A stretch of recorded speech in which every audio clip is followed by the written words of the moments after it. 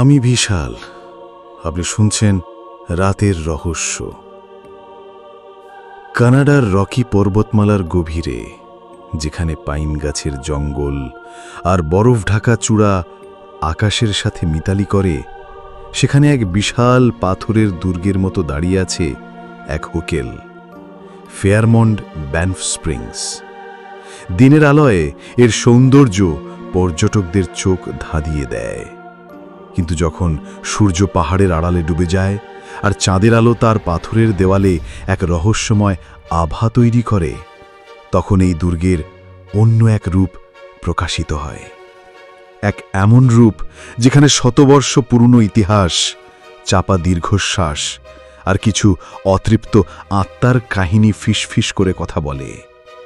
আজ আমরা সেই হোটেলের দেওয়ালে কান পাতব আর শুনব সেই সব অদ্ভুত, অলৌকিক এবং মর্মান্তিক গল্প, যা বছরের পর বছর ধরে কর্মী, অতিথি এবং কিংবদন্তি প্রেমীদের মুখে মুখে ফিরেছে। শুরুতেই বলি হোটেলের সবচেয়ে বিখ্যাত এবং করুণ কাহিনীর কথা, এক অতৃপ্ত নববধূর গল্প। সময়টা ছিল 1920-র দশক। এক তরুণী, যার চোখে ছিল এক নতুন জীবন শুরুর হাজারো স্বপ্ন, তার বিয়ের সবচেয়ে সুন্দর সাদা গাউনটি পরে হোটেলের বিশাল মার্বেল সিঁড়ি দিয়ে নিচে নামছিলেন। নিচের বলরুমে তার প্রিয়তম এবং অতিথিরা অপেক্ষা করছিলেন, কিন্তু সেই সিঁড়ি তার স্বপ্নের শেষ আর দুঃস্বপ্নের শুরু হয়ে দাঁড়ালো। ঠিক কি ঘটেছিল তা নিয়ে নানা মত আছে। কেউ বলেন তার লম্বা গাউনের শেষ অংশটি সিঁড়ির ধারে জ্বলতে থাকা মোমবাতির শিখায় লেগে গিয়েছিল এবং আতঙ্কে তিনি ভারসাম্য হারিয়ে ফেলেন।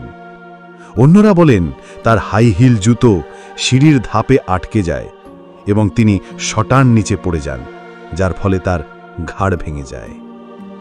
কারণ যাই হোক, তার স্বপ্নভঙ্গের সেই মর্মান্তিক মুহূর্তেই তার মৃত্যু হয়। কিন্তু তার আত্মা যেন সেই সিঁড়ি আর বলরুমের মায়া ছাড়তে পারেনি।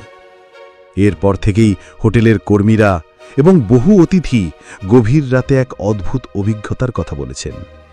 তারা দেখেছেন বলরুমে যখন আর কেই নেই, পিয়ানো থেকে নিজে থেকেই এক বিষণ্ণ সুর ভেসে আসছে, আর সেই সুরের তালে সাদা গাউল পরা এক আবছা নারী মূর্তি একা একা নিচে চলেছে।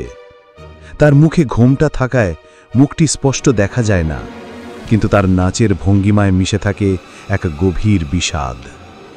কখনো আবার সেই মার্বেল সিঁড়িতে তাকে দাঁড়িয়ে থাকতে দেখা যায়, যেন তিনি এখনও তার প্রিয়তমর জন্য অপেক্ষা করছেন।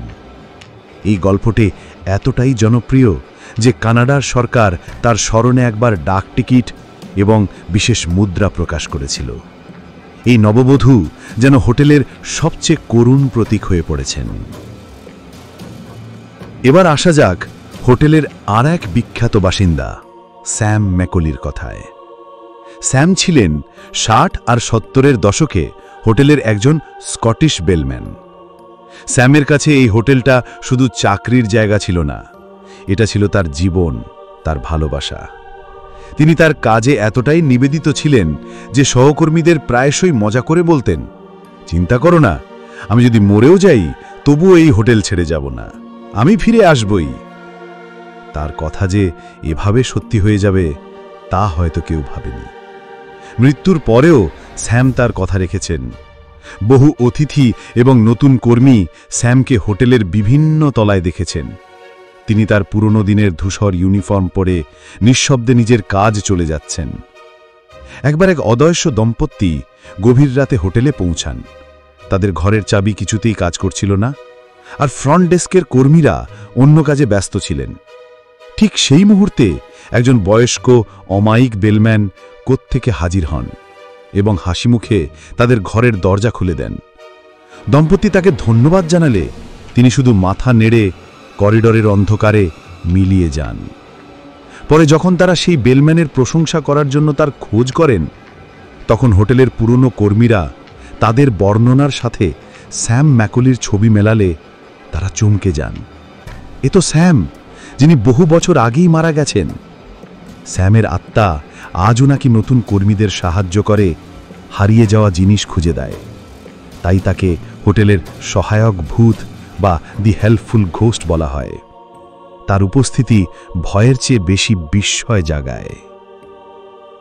তবে সব আত্মা যে স্যামের মতো বন্ধুভাব নয় তা কিন্তু নয়। এবার আমরা যাব হোটেলের সেই অভিশপ্ত অধ্যায়ে, যা ঘর নম্বর 833কে ঘিরে তৈরি হয়েছে। এই ঘরটি এখন আর হোটেলের মানচিত্রে নেই, কিন্তু এর পেছনের ভয়ঙ্কর কাহিনী আজও মানুষের মনে কাঁপুনি ধরিয়ে দেয়। কিংবদন্তি অনুযায়ী বহু বছর আগে এই ঘরে একটা পরিবার থাকতে এসেছিল, স্বামী, স্ত্রী আর তাদের এক ছোট মেয়ে। কোনো এক ভয়ঙ্কর রাতে বাবা মানসিক ভারসাম্য হারিয়ে ফেলেন আর কুঠার দিয়ে তার স্ত্রী আর মেয়েকে নির্মমভাবে খুন করে নিজে আত্মহত্যা করেন। এই ভয়ঙ্কর ঘটনার পর থেকেই ঘরটি অভিশপ্ত হয়ে যায়। যারা এরপরেই ঘরে থেকেছেন তারা প্রত্যেকেই ভয়ঙ্কর অভিজ্ঞতার সম্মুখীন হয়েছেন। মাঝরাতে ঘর থেকে ভেসে আসত এক ছোট শিশুর কান্নার আওয়াজ আর এক মহিলার ডেসপারেট আর্তনাদ।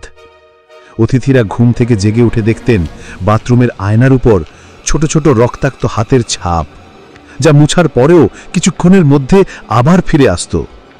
গভীর রাতে হঠাৎ করেই ঘরের তাপমাত্রা অস্বাভাবিকভাবে কমে যেত, যেন কেউ বরফ ঠান্ডা নিঃশ্বাস ফেলছে। অনেকে অভিযোগ করেছেন যে ঘুমের মধ্যে তাদের মনে হয়েছে কেউ তাদের বিছানার চাদর ধরে সজোরে টানছে বা অদৃশ্য কোনো শক্তি তাদের বিছানা থেকে ধাক্কা দিয়ে ফেলে দেওয়ার চেষ্টা করছে। এই ঘরের দেওয়ালে কান পাতলে নাকি ভিতর থেকে খামচির আওয়াজও শোনা যেত। একের পর এক অভিযোগ এবং কর্মীদের কাজ করতে অস্বীকার করার পর হোটেল কর্তৃপক্ষ একটা চূড়ান্ত সিদ্ধান্ত নেয়। তারা ঘর নম্বর 833কে চিরতরে বন্ধ করে দেয়। শুধু তালা নয়, ঘরের দরজা সরিয়ে সেখানে আস্ত একটা দেওয়াল তুলে দেওয়া হয়, যাতে করিডর থেকে দেখে বোঝার উপায় না থাকে যে ওখানে কোনোদিন একটি ঘর ছিল। আপনি যদি আজ হোটেলের 8ম তলার করিডর দিয়ে হাঁটেন তাহলে দেখবেন 872 নম্বর ঘরের পরেই সরাসরি 875 নম্বর ঘর। মাঝের ওই নিরেট দেওয়ালটাই 833 ঘরের কবর। কিছু প্যারানরমাল ইনভেস্টিগেটর এবং সাহসী কর্মী জানিয়েছেন আজও ওই দেওয়াল স্পর্শ করলে বাকি দেওয়ালের চেয়ে তা অস্বাভাবিক ঠান্ডা লাগে, যেন দেওয়ালের ওপারে এক জমাট বাঁধা যন্ত্রণা কয়েদ হয়ে আছে। সবচেয়ে ভয়ের বিষয় হল পাশের 875 নম্বর ঘরের অতিথিরা মাঝে মধ্যে অভিযোগ করেন যে তারা মাঝরাতে তাদের লাগোয়া দেওয়ালের ওপার থেকে টোকা দেওয়ার বা আঁচড় কাটার শব্দ শোনেন। এই প্রধান চরিত্রগুলো ছাড়াও হোটেলের আনাচে কানাচে আরও অনেক ছোট বড় রহস্যময় চরিত্রের অস্তিত্বের কথা শোনা যায়। যেমন হোটেলের পুরনো বারে নাকি এক বৃদ্ধ বারটেন্ডারের আত্মাকে দেখা যায়, যিনি সেই সব অতিথিদের উপর বিরক্ত হন যারা অতিরিক্ত মদ্যপান করে মাতলামি করেন। তিনি নাকি অদৃশ্যভাবে তাদের পানীয় ফেলে দেন বা চেয়ারে ধাক্কা দেন। আবার রাতের গভীরে হোটেলের টাওয়ারগুলোর কাছ থেকে ভেসে আসে ব্যাকপাইপের করুণ সুর, কিন্তু আশেপাশে কাউকে দেখা যায় না। বলা হয় এটি এক স্কটিশ কর্মীর যার মাথা কাটা গিয়েছিল, আর সে আজও তার যন্ত্রটি বাজাচ্ছে। এই হোটেলের রহস্যের পেছনে একটা বড় কারণ হল এর অগ্নিময় ইতিহাস। আসল হোটেলটি কাঠের তৈরি ছিল, যা 1926 সালে এক ভয়ঙ্কর আগুনে পুড়ে সম্পূর্ণ ছাই হয়ে যায়। এরপর 1928 সালে এটিকে আরও ভব্য এবং মজবুত করে পাথরের দুর্গের মতো করে নতুন করে গড়ে তোলা হয়। এই পুনর্নির্মাণের সময় কর্মীরা একটা গোপন ঘরের সন্ধান পান, যার কোনো দরজা বা জানলা ছিল না। এটি সম্পূর্ণরূপে দেওয়াল দিয়ে ঘেরা ছিল। কেন বা কার জন্য এই ঘরটি বানানো হয়েছিল সেই রহস্য আজও সমাধান হয়নি। এই হোটেল যেন এক জীবন্ত সত্তা, যার পাথরের শরীরে কয়েদ হয়ে আছে অগণিত কাহিনী। নববধূ তার হারানো স্বপ্নের জন্য কাঁদেন, স্যাম তার ভালোবাসার কাজ করে চলেন, আর 833 ঘরের আত্মারা তাদের যন্ত্রণার মুক্তি খোঁজেন। তারা সবাই এই দুর্গের অংশ, এর ইতিহাসের অবিচ্ছেদ্য অধ্যায়। আমি তো শুধু আপনাদের সেই গল্পগুলোই শোনালাম যা এই পাথরের দুর্গের দেওয়ালে বন্দী হয়ে আছে। ধন্যবাদ। আমি বিশাল আপনাদের এই গল্প শুনিয়ে আজকের মতো বিদায় নিচ্ছি। ভালো থাকবেন।